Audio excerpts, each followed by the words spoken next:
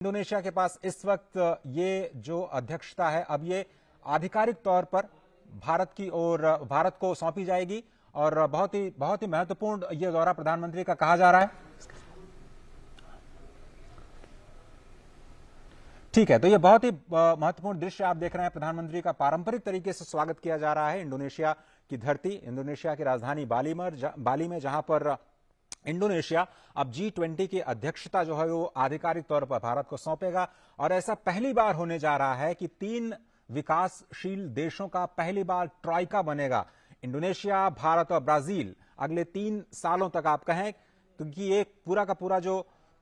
G20 की अध्यक्षता है वो 3 विकासशील देशों के हाथों में होने की वजह से ऐसा समझा जा रहा है कि वैश्विक मंचों पर विकासशील देशों की जो आवाज है अब पुरजोर तरीके से रखी जाएगी, समझी जाएगी। और विकास की इस पूरी धारा में जब विश्व ऊर्जा सुरक्षा, जब पूरा विश्व खाद्य सुरक्षा, पूरा विश्व महंगाई और बढ़ती ब्याज दरों से इस वक्त परेशान है, जलवायु परिवर्तन की समस्याओं से परेशान है, तो दुनिया के 75% की जीडीपी में योगदान करने वाले ये 20 देश अब इस बात पर चर्चा करते हुए नजर आएंगे कि विश्व की नीतियों के केंद्र में होना क्या चाहिए। और इसमें भारत बहुत ही महत्वपूर्ण भूमिका निभाने जा रहा है। आपको पता है कि प्रधानमंत्री मोदी ने अब से कुछ दिन की भारत की प्राथमिकताओं को सामने रखा है दुनिया के। स्पष्ट तौर पर जो वसुधैव कुटुंबकम है उसको केंद्र में रखते हुए ये G20 की जो पूरी की पूरी अवधारणा अध्यक्षता की है वो भारत करने जा रहा है। अगले 1 साल काफी अहम होने जा रहे हैं भारत के लिए, क्योंकि ऐसा कहा जा रहा है कि 500 से ज्यादा बैठकें आयोजित की जाएंगी। और न केवल G20, बिजनेस की बात करें तो B20, थिंक टैंक की बात करें तो T20, जो समितियां हैं, संस्थाएं हैं, संस्थानों का जो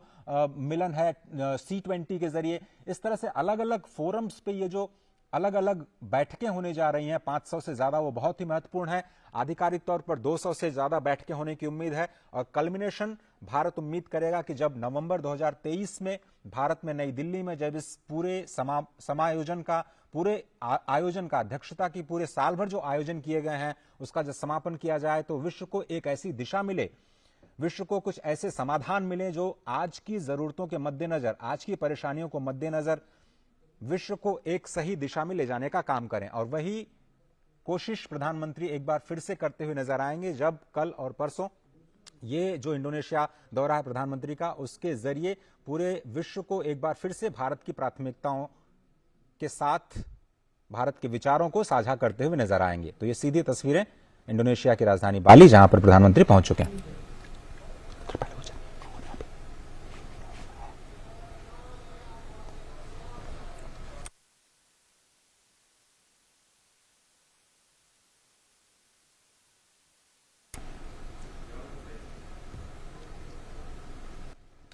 ये प्रधानमंत्री का दौरा बहुत ही अहम इस लिहाज से भी क्योंकि G20 की अध्यक्षता तो भारत को सौंपी ही जाएगी। इसके अलावा जो द्विपक्षीय कार्यक्रम है, द्विपक्षीय नेताओं के साथ मुलाकात है, वो भी बहुत ही अहम है भारत के लिहाज से, क्योंकि भारत इस वक्त की जो समस्याएं हैं, इस वक्त की जो प्राथमिकताएं हैं विश्व की, उसमें अपना महत्वपूर्ण योगदान देने जा रहा है। और इसमें काफी अहम ये है कि भारत उन समस्याओं पर अपने विचारों को किस तरह से रखता है। जैसा कि आपको पता है कि कल सुबह भारतीय समय के अनुसार करीब 7 बजे ये वर्किंग सेशन शुरू हो जाएंगे। जो पहला ही सत्र है वो फूड और एनर्जी सिक्योरिटी को लेकर के है, क्योंकि पूरी दुनिया में कोरोना के काल के बाद में जो खाद्य सुरक्षा का जो संकट है वो पूरी कम से कम विकासशील देश और जो कम विकसित देश हैं उनके सामने बहुत ही बड़ी समस्या बनकर के आया है। तमाम दुनिया के देशों में जो खाद्य पदार्थों की कीमतें, सप्लाई चेन डिसरप्शन होने की वजह से ये समस्या उभरी है, उसका कुछ समाधान पूरा देश, पूरी दुनिया एक तरह से पहुंचने की कोशिश करना चाहते हैं। लेकिन एनर्जी सिक्योरिटी, ऊर्जा सुरक्षा भी बहुत ही इंपॉर्टेंट, क्योंकि ऊर्जा की जो मांग है, उसकी ऊर्जा की जो कीमतें हैं वो लगातार बढ़ती हुई नजर आई हैं।